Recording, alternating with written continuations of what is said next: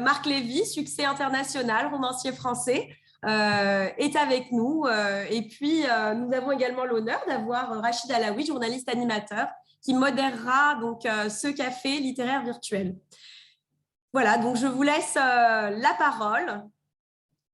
Merci beaucoup, Rita. Bonjour donc, et bienvenue. Et merci effectivement une fois de plus à Marc Lévy d'être présent pour ce café littéraire virtuel, parce que je rappelle simplement pour situer un petit peu celles et ceux qui nous suivent, Marc Lévy est avec nous en direct de New York aux États-Unis. Et nous sommes à Casablanca pour cet événement organisé par les filles Casablanca. Marc Lévy, ma première question, c'est, je disais, c'est vous écrivez beaucoup, bientôt 30 romans, mais alors, pour le moment, c'est 22. Alors, simplement, ma première question, parce qu'on va essayer de revisiter un petit peu ces 20 dernières années, où il y a eu beaucoup de production de romans de votre part, mais qu'est-ce qui fait que Marc Lévy est toujours aussi dynamique aujourd'hui en matière de production littéraire? Écoutez, j'aime ça, j'aime écrire. Et en fait, quand je n'écris pas, je suis au chômage, c'est-à-dire je n'ai pas d'autre travail. Donc, puis c'est une passion, c'est une vraie passion pour moi d'écrire. Donc, en fait, c'est comment vous…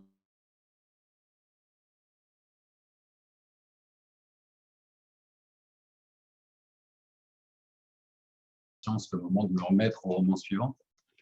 Donc, la productivité, c'est plutôt de l'amour, en fait. C'est l'amour de ce métier et l'amour de l'écriture. Parce qu'on se dit qu'en même temps, en 2 décennies, les 2 décennies qui viennent de s'écouler, et si c'était vrai au début des années 2000, à valeur aujourd'hui, le prélude des Fauves, parce qu'on va rentrer dans toutes ces différentes productions littéraires, on se dit en 20 ans, c'est un roman en moyenne par an.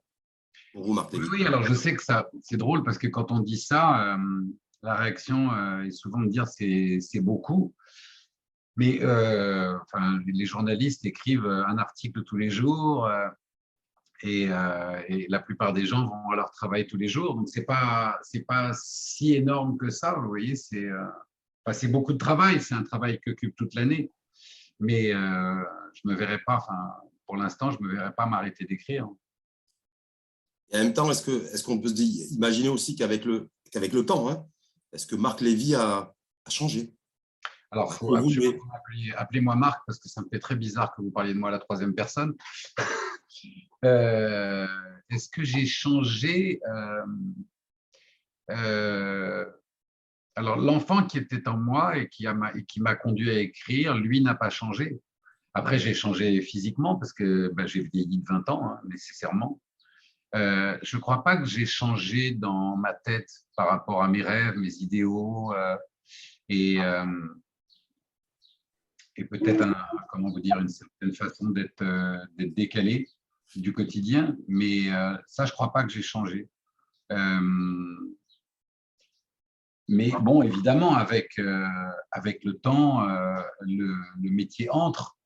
Vous voyez, donc, l'écriture, vous savez, c'est quelque chose qui est très mystifié, mais c'est un artisanat. Je n'ai pas dit un art, hein, j'ai dit c'est un artisanat. C'est un artisanat comme, vous voyez, je dirais comme le boulanger, le menuisier, l'horloger, enfin, je veux dire, comme tous les artisanats. Donc, il y a un amour de son métier qui fait que, au fur et à mesure que les années avancent, on s'amuse de plus en plus avec son outil. Et en même temps, ça devient de plus en plus difficile parce que plus on pratique son outil, plus on le respecte et plus on est exigeant et plus il devient à la fois facile et difficile à manier. Et quand on est romancier comme vous, parce que je rappelle, donc c'est 22 romans, vous êtes toujours resté d'ailleurs fidèle à la même maison d'édition, Lafon. Est-ce que ça veut dire qu'on est quoi? Il y a de l'écriture un romancier réaliste, un romancier pragmatique, un romancier qui romance la réalité en même temps? Moi, j'ai toujours aimé, je n'ai pas voulu m'enfermer dans un genre, ce qui n'est pas la chose la plus facile pour un éditeur, parce que, comment vous dire, plus plus un auteur se limite à un genre et plus il est, comment vous dire, plus il est facile, vous voyez, de présenter son travail et entre guillemets, de fidéliser le lectorat. Grande majorité d'auteurs, vous voyez, comment vous dire, restent enfin, dans un genre de littérature, que ce soit la littérature policière, la littérature, enfin, bon, par exemple, vous voyez, je pense à des auteurs comme Stephen King, qui a toute sa vie écrit des livres qui font peur. Je pense à des auteurs comme Tilliez, qui a écrit des policiers toute sa vie, etc.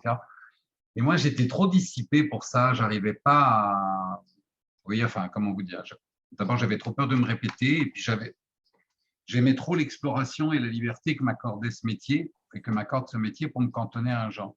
Donc, j'ai écrit des comédies, j'ai écrit des romans policiers, j'ai écrit des romans politiques, j'ai écrit un roman historique, j'ai écrit des fictions. Voilà, j'ai toujours aimé alterner les genres.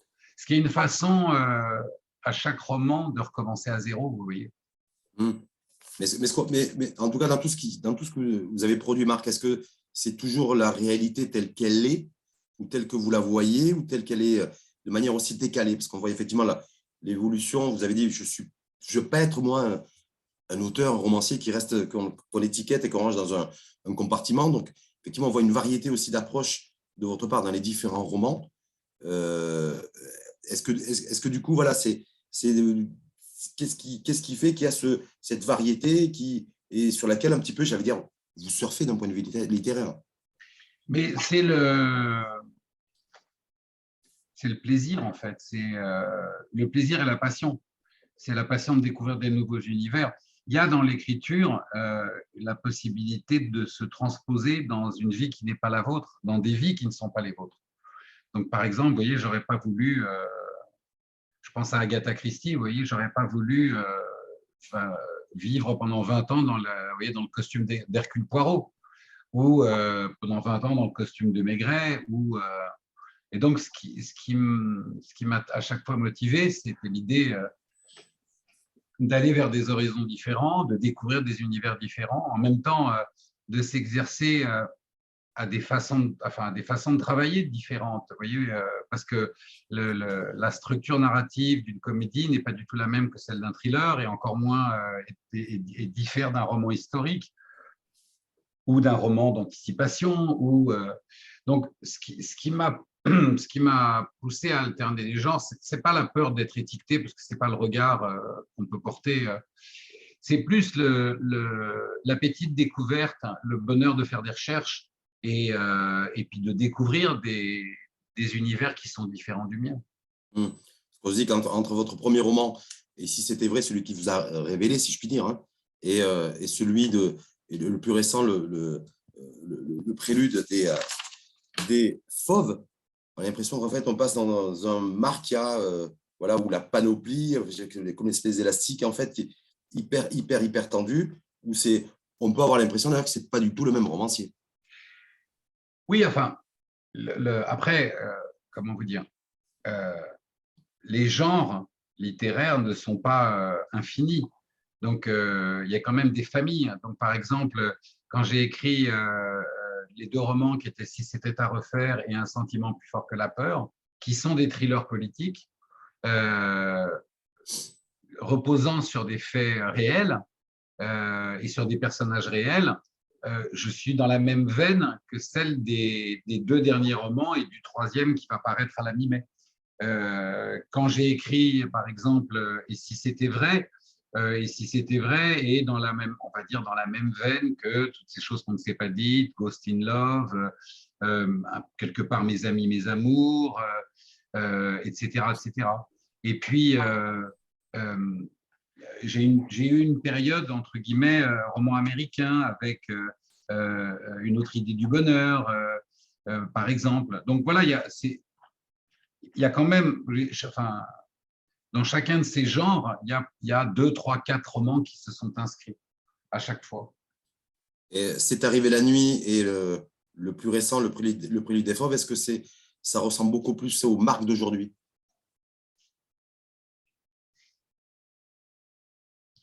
je savais pas, je me connais pas assez bien moi-même pour vous dire qui je suis aujourd'hui. Je crois que c'est un truc que j'ai jamais su, ni qui j'étais hier, ni qui je suis aujourd'hui. Ça correspondait à une envie du moment qui était d'écrire cette histoire-là à ce moment-là. Mais je pourrais très bien l'année prochaine écrire une comédie, vous voyez. En fait, quand on écrit, il y a une question qu'on me pose souvent, c'est quel est celui de vos romans que vous préférez? Et c'est une réponse la réponse à cette question, elle n'est pas facile parce que quand on écrit, il y a, comment vous dire, il y a plusieurs souvenirs. Il y a celui de la période de vie dans laquelle l'écriture s'inscrit, vous voyez, de la vraie période de vie. Je me souviens quand j'avais écrit 2 romans d'aventure que j'avais pris beaucoup de plaisir à écrire, qui étaient Le premier jour et La première nuit. Et quand je pense, si vous voulez, au plaisir d'écrire une histoire, ce sont probablement, c'est peut-être ces 2-là avec lesquels je me suis le plus amusé. Et en même temps, je me souviens que quand j'écrivais La première nuit, j'avais eu un accident et j'avais très très mal au dos et je ne pouvais pas m'asseoir. Et donc j'ai écrit le roman debout. Et je me souviens, j'avais super mal pendant la période d'écriture. Donc je garde un très mauvais souvenir de la période d'écriture, mais je garde un merveilleux souvenir de l'écriture en elle-même où j'ai adoré être avec ces personnages. Et je garde un formidable souvenir de la sortie du livre. Donc, vous voyez, c'est toujours un peu… oui, ça n'est jamais binaire comme… Jamais binaire, mais en même temps, comme vous le disiez, Marc, ça colle toujours c'est toujours contextualisé, c'est-à-dire qu'en fonction de ce que vous vivez dans un moment précis. Et puis, il y a, comment vous dire, il y a la période, vous voyez, les 2 dernières années ont été assez chargées. Vous voyez, cette année, depuis le déclenchement de l'invasion russe en Ukraine, c'est une période quand même qui est extrêmement triste, vous voyez. Et donc, si on se réfère à l'écriture de cette trilogie des 9, je garde un formidable souvenir parce que j'ai adoré travailler avec ces personnages, j'ai adoré mener les enquêtes qu'ils mènent, j'ai adoré aller à la rencontre des vrais hackers, mais je ne suis pas sûr, vous voyez, que dans 20 ans, je me souviendrai de 2022 comme d'une des années les plus, les plus sympathiques. Je garde, alors après, ça va aussi avec les années, mais j'avais quand même l'impression, vous voyez, dans les années 2000-2010, d'une légèreté de l'être et du vivant qui était, qui était plus bleu. Et en même temps, c'est relatif parce que les années 2000-2010, pour quelqu'un qui vit, moi à l'époque je vivais à Londres, ne sont pas nécessairement les mêmes années que celles qui ont été vécues au Maroc ou en Russie ou dans d'autres pays. Donc, c'est toujours très relatif à ce que vous vivez vous. Par rapport justement, vous faisiez référence à la trilogie des 9 marques et à la lumière un petit peu de ce qui se passe, cette actualité internationale dominée par ce conflit 5e semaine en Ukraine. Est-ce que du coup, il y a un lien aujourd'hui entre ce que vous avez produit, vos investigations, ces hackers, tous ces personnages? Il y a un énorme lien, mais comment vous dire, il y a un énorme lien.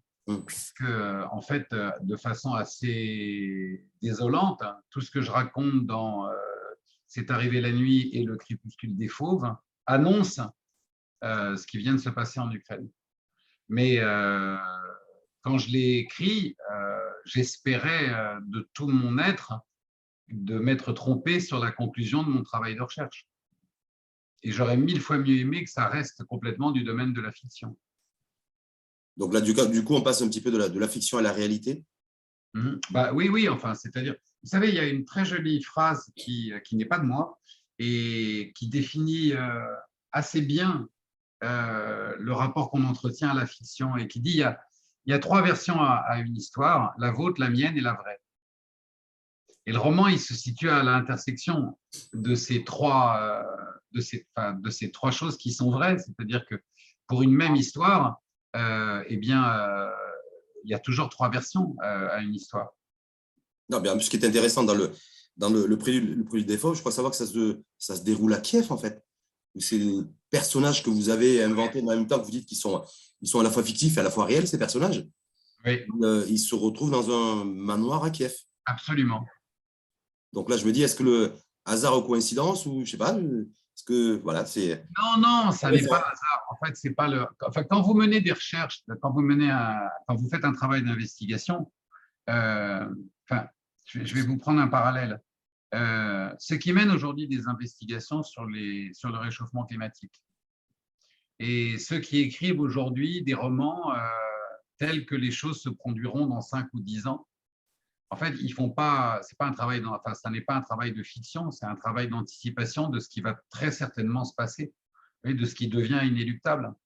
Donc, ce que je raconte dans le Crépuscule des Fauves et dans C'est arrivé la nuit, c'est-à-dire cette extraordinaire et terrifiante alliance d'une poignée d'oligarches extrêmement fortunés et qui se sont accaparés la plupart des richesses du monde et qui sont en train d'essayer de déconstruire toutes les démocraties pour régner comme des seigneurs. Évidemment que Poutine en était le principal et évidemment que les fauves gravitent autour de lui parce que c'est un des, comment vous dire, c'est un des probablement des fauves les plus redoutables aujourd'hui. Alors, aujourd'hui, on découvre les atrocités commises à Boucha et dans la banlieue de Kiev, mais qui a pu rester aveugle devant les atrocités commises en Syrie par Bachar el-Assad et Poutine pendant des années, qui ont bombardé des hôpitaux, qui ont abattu des milliers de civils? Qui peut ignorer les fosses communes syriennes du régime de Bachar el-Assad? Donc, qui pouvait ignorer comment vous dire, le génocide déjà perpétré par ces deux hommes sanguinaires qui n'ont aucun respect pour la vie humaine et qui n'ont d'autres soucis que de régner en despote absolu et de faire prospérer leur fortune personnelle. Donc, c'est une conjonction de faisceaux qui fait qu'à un moment donné, vous arrivez à une conclusion et cette conclusion, elle est, comment vous dire, elle est inéluctable. De la même façon que, comment vous dire, si le bloc de l'Ouest était resté totalement silencieux devant l'invasion ukrainienne, la probabilité que Moscou ne se soit pas arrêté à l'Ukraine et envahisse directement après la Lituanie et probablement la Pologne, ça ne relevait pas d'une probabilité, ça relevait d'un calcul politique qui était assez évident, vous voyez, et qui coulait de source. Mais, je veux dire, quand Chamberlain et Daladier, au début, enfin, à quelques mois du début de la Deuxième Guerre mondiale, et après qu'Hitler ait annexé l'Autriche, disent qu'il faut lui laisser l'Autriche au nom de la paix, ils commettent la même erreur politique que ceux qui disent aujourd'hui, que ceux qui racontent aujourd'hui que c'est parce que Poutine se sentait menacé par l'OTAN, vous voyez, qu'il a envahi l'Ukraine. C'est un mensonge évident, c'est une contre-vérité politique, économique, historique. Enfin, je veux dire, c'est tellement un mensonge que c'est une absurdité, vous voyez, dans la mesure où l'OTAN n'a jamais été une force d'agression ou une force, au contraire, c'est une force de défense et personne ne pouvait se sentir menacé par l'OTAN. Donc, on savait, en étudiant l'histoire et en étudiant ce qui se passait, on savait depuis des mois que le dictateur Poutine voulait reconstituer le grand bloc de l'URSS et surtout déconstruire l'Europe. Alors, qu'est-ce qui a fait qu'il a réussi avec autant d'aisance à interférer dans les élections américaines? Qu'est-ce qui a fait qu'il a réussi à interférer autant dans le référendum du Brexit? Et qu'est-ce qui a fait que, comment vous dire, les démocraties ont mis autant de temps à se rendre compte de sa dangerosité? Ça relève du mystère politique. En tout cas, Marc, dans le prélude des Fauves, en attendant le tome 3, hein, annoncé pour le mois de mai prochain, vous mettez surtout à l'index, j'ai envie de dire, en tout cas, c'est Fauves, parce que ces Fauves, on se dit, c'est des mammifères féroces, félins et carnivores. Mais vous les associez à ces GAFA, vous citez d'ailleurs Mark Zuckerberg, le géniteur de Facebook, qui mettrait en péril les modèles démocratiques et les démocraties les plus avancées, parce que voilà, vous associez Facebook, par exemple, que je crois savoir dans une de vos déclarations, vous avez dit que c'était une des entreprises au monde les plus toxiques. C'est le cas, oui. C'est le cas. Alors, même si depuis… je me souviens, il y a 5-6 ans, dans un dîner, j'avais déclaré que Zuckerberg était un des hommes les plus dangereux de la planète. Et les gens m'avaient regardé très étonné.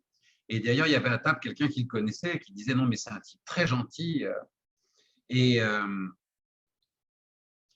bon, je voyais que mon propos avait peu de chances d'être entendu.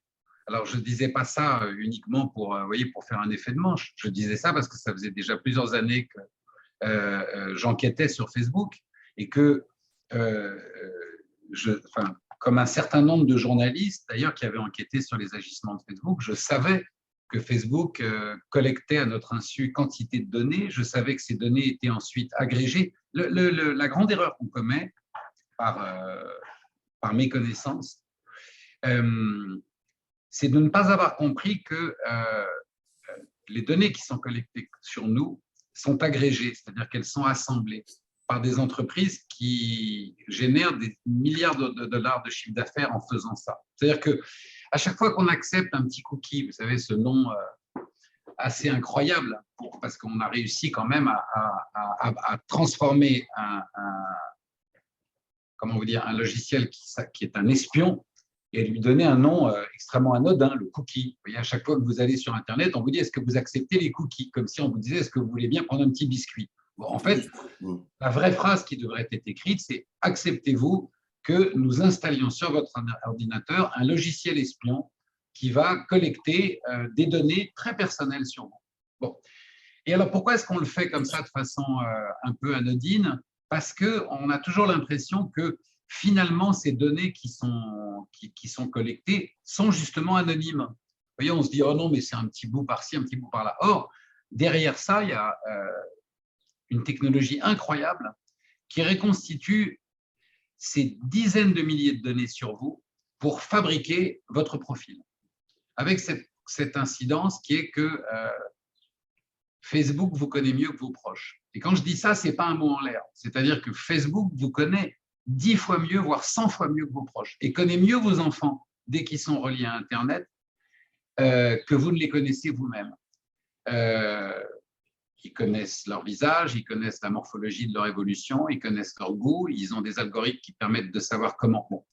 Alors, tout ça, pendant des années, a été vendu au nom de la publicité. En fait, c'est pour vous offrir des publicités mieux ciblées, parce que c'est un truc que vous demandez, on est bien d'accord, tout le monde se lève le matin en se disant « Écoutez, moi aujourd'hui, ce que j'aimerais surtout dans la vie, c'est avoir des publicités mieux ciblées. » Or, en réalité, on s'est aperçu très vite que derrière cela, ces données étaient achetées par des entreprises qui avaient d'autres projets que ceux de vous vendre de la publicité, mais le projet, c'est ce qu'on appelle le micro-ciblage, c'est-à-dire la manipulation politique.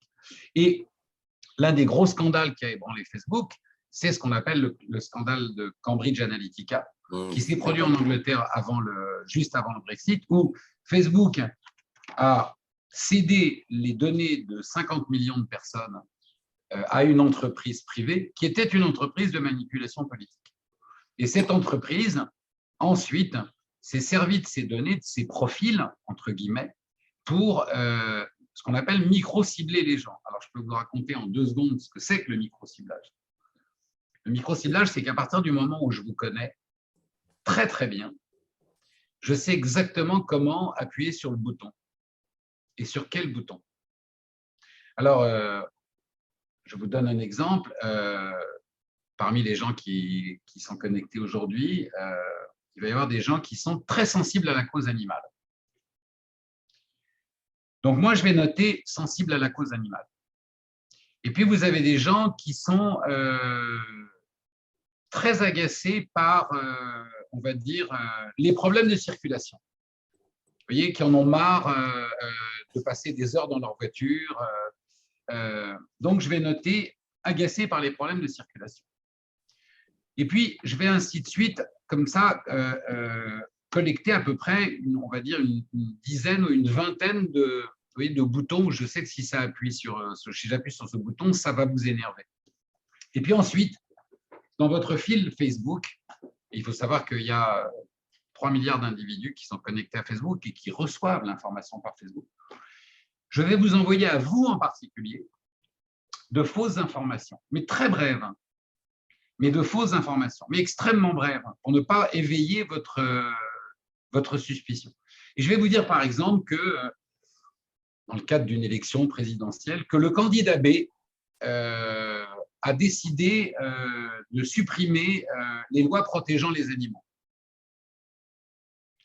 Et puis 3 jours après, je vais vous envoyer une petite nouvelle disant que le candidat B a décidé d'interdire les voitures dans Casablanca. Ce n'est pas vrai.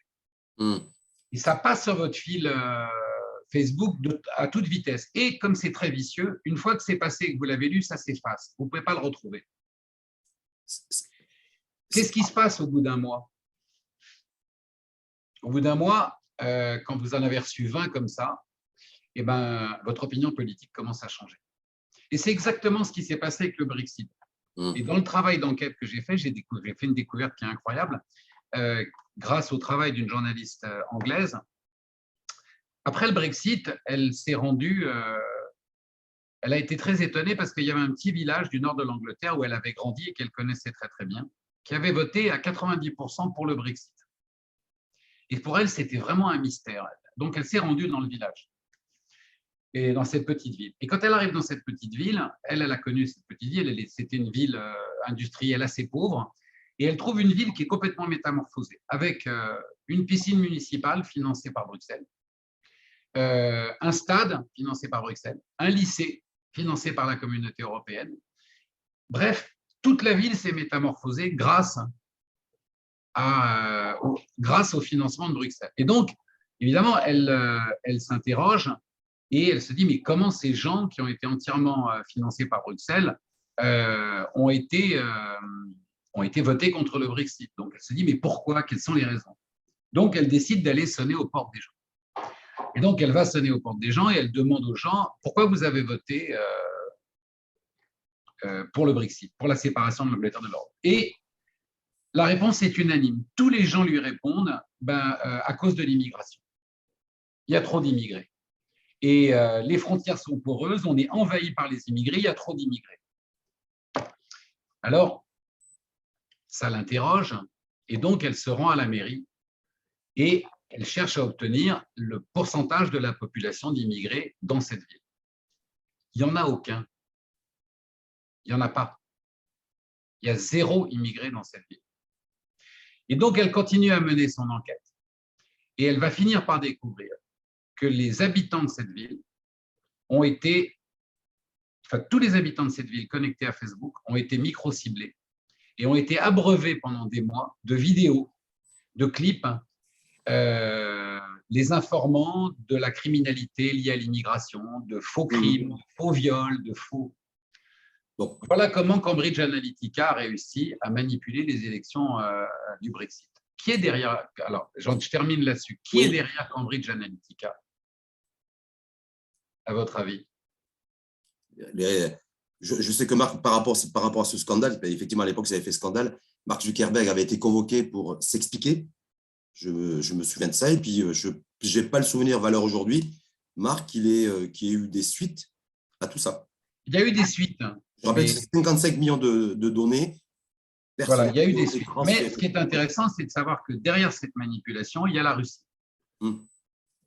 Voilà, et que ce sont les mêmes équipes qui ont manipulé les élections de 2016 aux États-Unis et qui ont amené à l'élection de Donald Trump. Est-ce que tout ça, en fait, ça vous a inspiré pour avant la sortie du tome 3, l'avenir de la série, la trilogie des 9 alors ça m'a inspiré le tome 2. Toutes ces enquêtes-là, je les ai menées dans le cadre de l'écriture du tome 1 et du tome 2. Le tome 1 raconte le scandale de l'industrie pharmaceutique et le tome 2 de l'insuline, particulièrement sur le projet de manipulation des élections démocratiques orchestré par la poignée d'autocrates. Donc, tome 1, la Big Pharma dans le viseur de Marc, et essentiellement sur l'insuline, Oui. sur le prix, je m'en souviens. Tome 2 sur la manipulation, donc réseaux sociaux et de ces fauves qui… vous dites en fait ils sont là pour fragiliser tous les modèles démocratiques, créer le chaos, je reprends vos termes, et en même temps, une mainmise sur toutes les richesses de la planète. Absolument. Et ça, c'est tout cela, c'est quoi? C'est Marc qui est allé à la rencontre de journalistes d'investigation, de personnes. À la rencontre de journalistes d'investigation, à la rencontre de hackers, des vrais hackers qui ont fait ce travail. Oui. Et en même temps, parce que je trouve que en fait, vous allez très loin dans le sens où vous tirez la sonnette d'alarme, parce que vous dites, si ça continue, on va, ces fauves-là que vous nommez dans votre ouvrage vont réussir à la fois à créer un chaos, et ce chaos, et à la fois à assurer la mainmise sur toutes les richesses de la planète. Je peux vous dire, au moment où on se parle, que la démocratie américaine est extrêmement en péril. Alors, ce serait très long à expliquer le pourquoi du comment, mais l'un des grands fauves de la planète, qui s'appelle Lachlan Murdoch, qui est le fils de Murdoch, et qui règne sur l'empire de Fox News. Fox News est, on va dire, probablement le plus grand média mondial de désinformation après Facebook. Et c'est hallucinant. Et certains chroniqueurs de Fox News, aux heures de grandes écoutes, ont propagé depuis les élections de 2020 la fausse nouvelle que l'élection de Biden était illégitime, avait été truquée. En même temps, ils n'ont de cesse que de propulser sur leur plateforme, enfin sur leur chaîne de télévision, qui est la chaîne la plus écoutée aux États-Unis, de fausses nouvelles sur l'immigration, sur la violence. Grâce à cette campagne de désinformation massive, ils ont réussi à mettre la main dans les États républicains sur le processus du contrôle électoral. C'est-à-dire qu'en inventant que les élections avaient été truquées, ils ont réussi à mettre en place l'outil absolu pour truquer les élections. Et donc, la probabilité que des élections soient validées dans des États républicains, si le résultat de l'élection ne leur est pas favorable, se réduit de jour en jour. Parce qu'ils sont en train de prendre le total contrôle du processus électoral. Et je ne vous parle pas des lois qu'ils ont fait voter dans 49 États pour empêcher les populations de voter. Et évidemment, les populations qui majoritairement votent contre eux. Par exemple, dans un certain nombre d'États américains, alors qu'est-ce qu'ils ont fait? Ils ont réduit le nombre de bureaux de vote pour que les queues s'allongent, ce qui dissuade les gens évidemment d'aller voter. Mais par exemple, si vous amenez quelqu'un, si vous conduisez quelqu'un en voiture à une élection, vous pouvez aller en prison, c'est interdit. Si vous donnez de l'eau, si vous apportez une bouteille d'eau à quelqu'un qui est dans la queue pour une élection, vous pouvez aller en prison. C'est un délit, c'est interdit.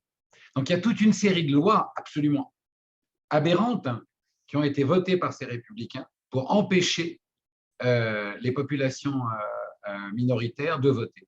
Quand on sait qu'une élection se joue la plupart du temps à 2 ou 3% de vote, vous voyez que l'impact de ces mesures qui ont été prises n'est pas du tout à prendre à la légère et que le processus électoral américain est déjà extrêmement entaché et menacé.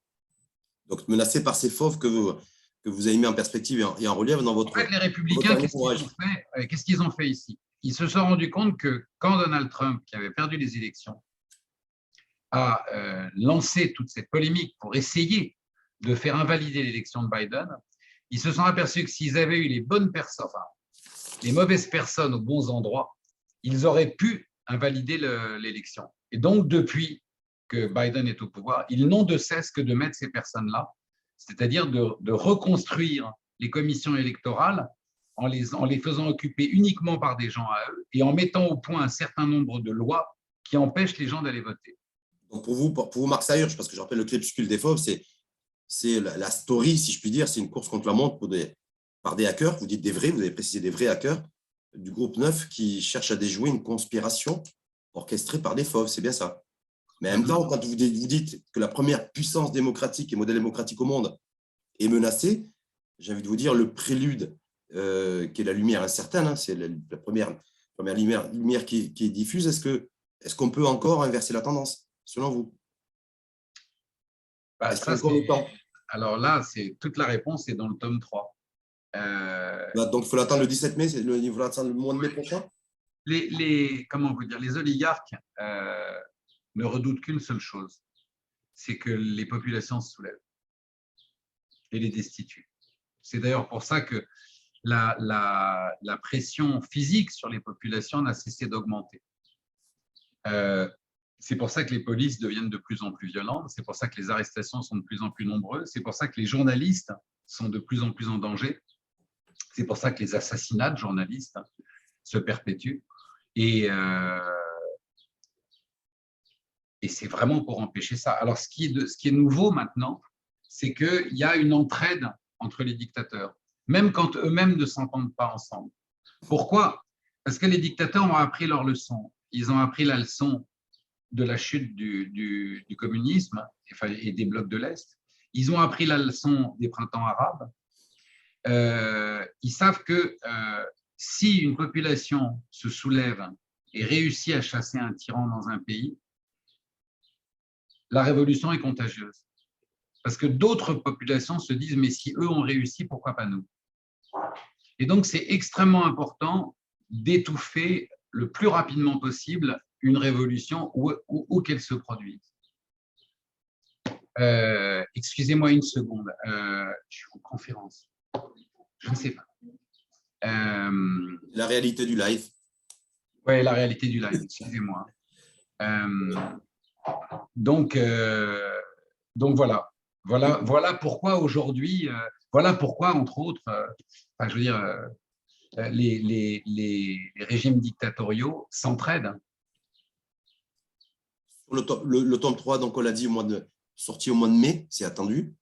Marc, est-ce qu'on peut avoir déjà un petit aperçu, un petit relief de ce qu'il va y avoir dans ce tome 3 de la trilogie des 9? Est-ce que tout ce qui se passe aujourd'hui va être inspirant? Est-ce que ça va toujours s'inscrire un petit peu dans la continuité, si je puis dire, du tome 2 Oui, bien sûr, c'est une trilogie. Non, mais c'est une trilogie. En fait, vous vous doutez bien, j'avais commencé à écrire, j'avais écrit le roman avant que la Russie n'envahisse l'Ukraine. Mais on va dire que la phrase qui résume le tome 3, c'est les 9 s'attaquent à un dictateur. Une révolution est en marche, les 9 décident de s'attaquer à un dictateur. Donc, ce que je peux vous dire, c'est que c'est accidentellement très d'actualité et en même temps, cela relève de la fiction pour l'instant. Une fiction, parce que j'ai vu en préparant ce café littéraire virtuel avec vous, Marc, qu'il y a une adaptation, une fois de plus, d'un de vos romans, et donc en l'occurrence ce tome 3 qui est prévu avec un autre. Alors, vous êtes un romancier, écrivain engagé, mais là, du coup, c'est avec un cinéaste connu et reconnu aussi, et qui, pour son engagement, en l'occurrence, Costa Gavras. Oui, Costa Gavras est en train d'adapter la trilogie. Il est en train d'adapter les 3 romans pour en faire une série à la télévision. Ouais. Et donc, alors, ce qui m'a interpellé, c'est, je ne sais pas, je crois que vous avez dit ça sur RTL il y a quelques mois, en disant que pour vous, c'était une vraie consécration d'avoir reçu un coup de fil de Costa Gavras, parce que pour vous, c'était juste, même pas en rêve, et que du coup, voilà. Non, pour moi, c'était hyper émouvant et ça a été, oui, une grande consécration. Enfin, consécration, c'est un grand mot, mais… En tout cas, vous avez employé le terme de vraie récompense. Ah oui, ça a été une gratification énorme. L'idée qu'un homme comme Costa Gavras, que j'admire autant et avec un tel parcours artistique, d'abord m'ait lu et ensuite ait eu envie de m'appeler pour adapter un de mes romans, c'était c'était un grand moment.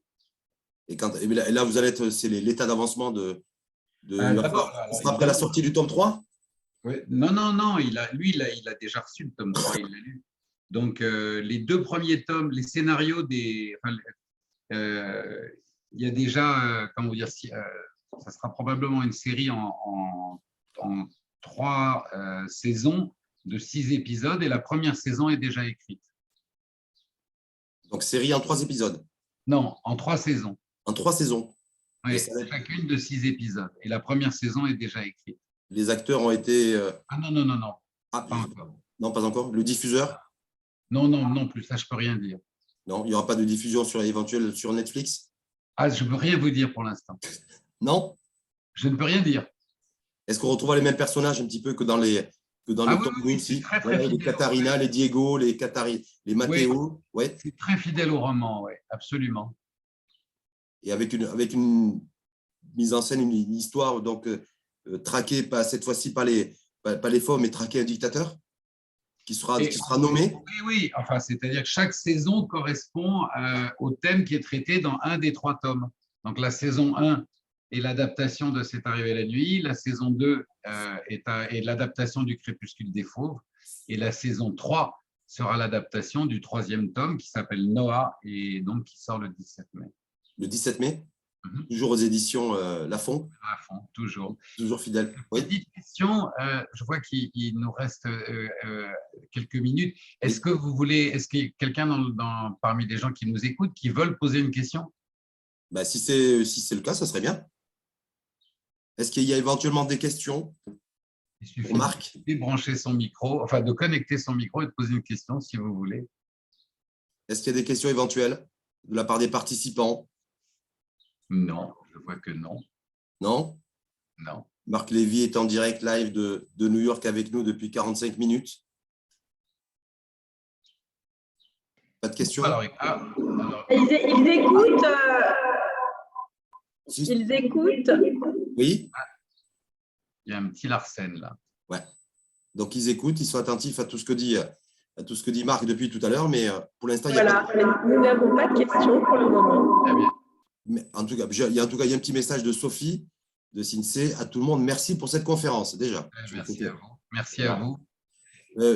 Juste, Marc, quand on parlait de vous vous intéressez beaucoup à ces réseaux sociaux, à ces grandes plateformes et donc à ces GAFA, à la data personnelle, on vit en même temps, et vous le savez mieux que moi, Marc, dans un monde et des sociétés ultra connectées. La data circule partout. Alors, peut-être un mot vis-à-vis de vous qui avez eu la chance, en tout cas, romancier d'investigation, d'avoir rencontré des manipulateurs, des faussaires, des journalistes d'investigation, des fois au péril de leur vie.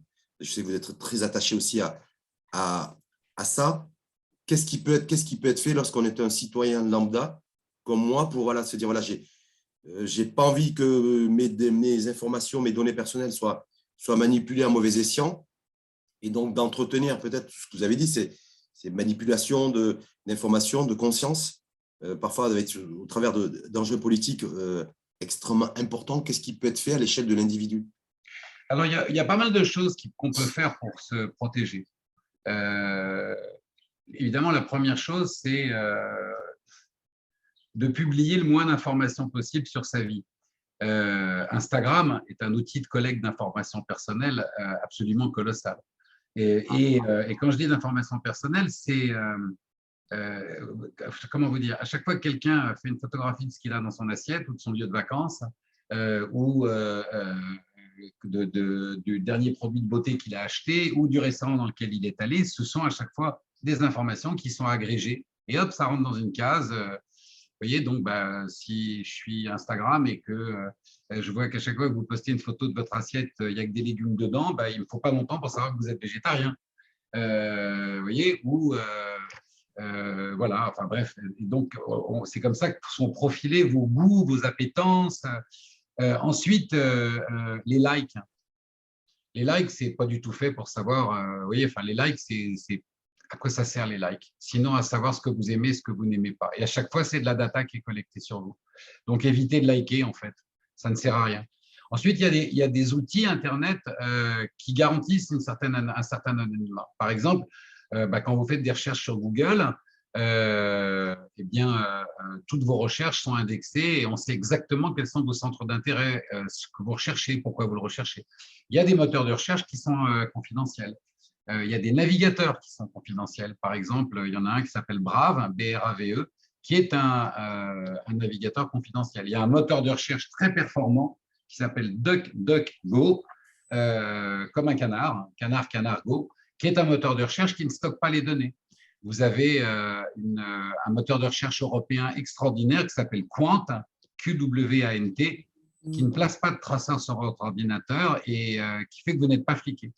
Donc, si vous voulez vous protéger, déjà, ne répondez pas à tous les petits questionnaires et petits jeux anodins que vous propose Facebook, hein, tous les petits sondages qui n'ont d'autre volonté que de collecter de la data sur vous. Hein. Quand je vous fais un petit jeu, je le raconte d'ailleurs dans Le crépuscule des fauves, à chaque fois que vous répondez à un de ces petits sondages anodins de Facebook, vous êtes plutôt gâteau au chocolat ou gâteau au café, où est-ce que vous aimeriez partir en vacances, si vous étiez millionnaire, qu'est-ce que vous achèterez tout de suite, enfin, vous voyez, tous ces petits jeux sont autant de façons détournées de vous profiler.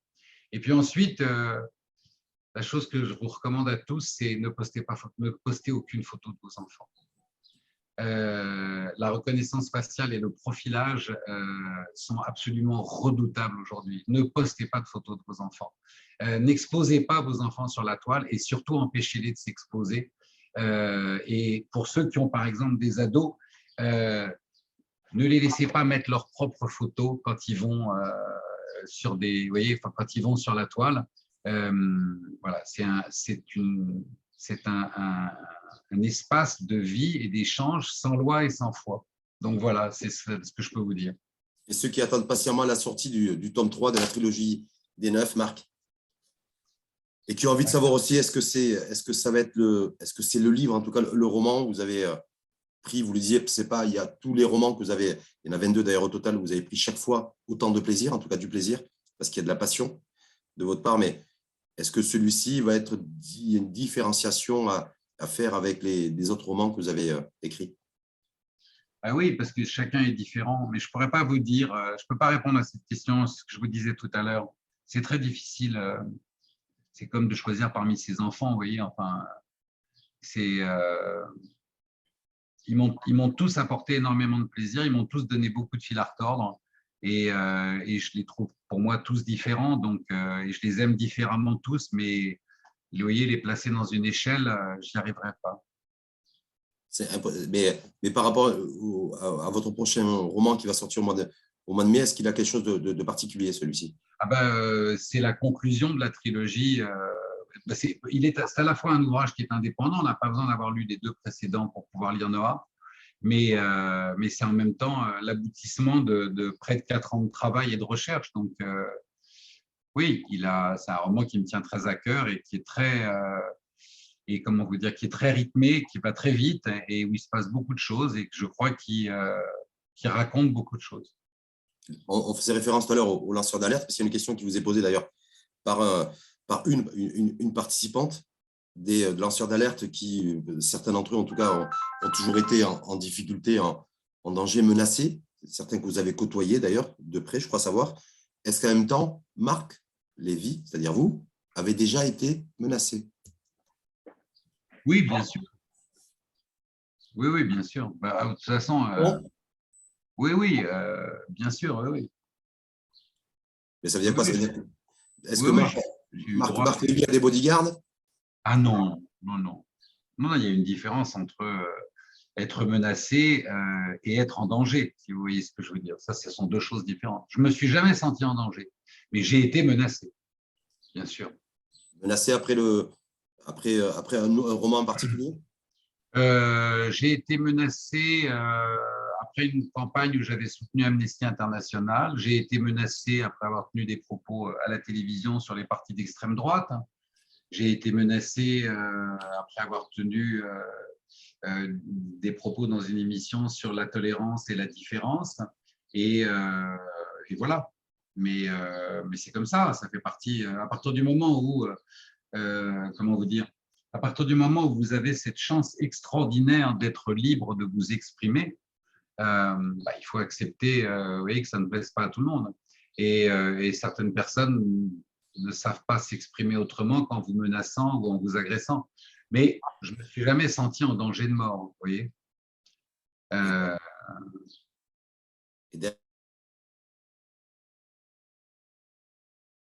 Ils ne sont pas assez courageux pour s'exposer, vous voyez. Quoique j'avais eu j'avais eu des menaces de mort d'un type qui avait posté quand même sa photo. Et ce qui m'avait fait rire, parce que je lui avais répondu très gentiment en lui disant, écoutez, c'est pas très prudent de votre part quand même, vous voyez. Et voilà, je m'étais marré en lui disant, d'ailleurs, imaginez si je me fais écraser par un bus dans les 3 mois qui viennent.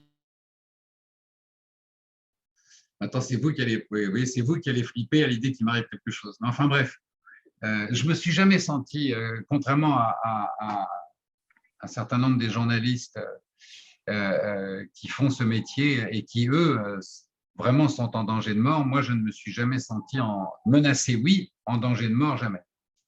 Enfin, pas encore. Et en tout cas, par rapport au précédent roman, ça va peut-être venir avec ce tome 3.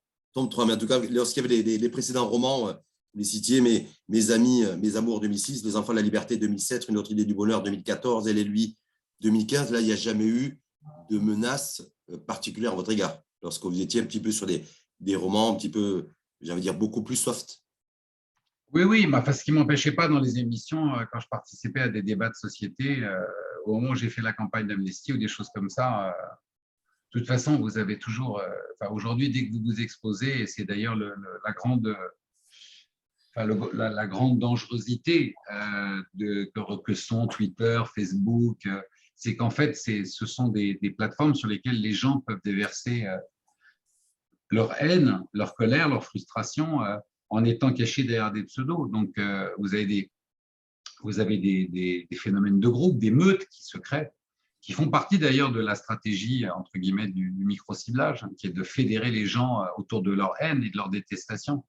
Mais bon, je sais pas, ça n'a jamais été un sujet qui m'a empêché de dormir ou vous voyez, contrairement, encore une fois, il faut faire la part des choses dans la vie. Il y a des journalistes qui vivent dans l'angoisse de se faire descendre à chaque fois qu'ils sortent de chez eux.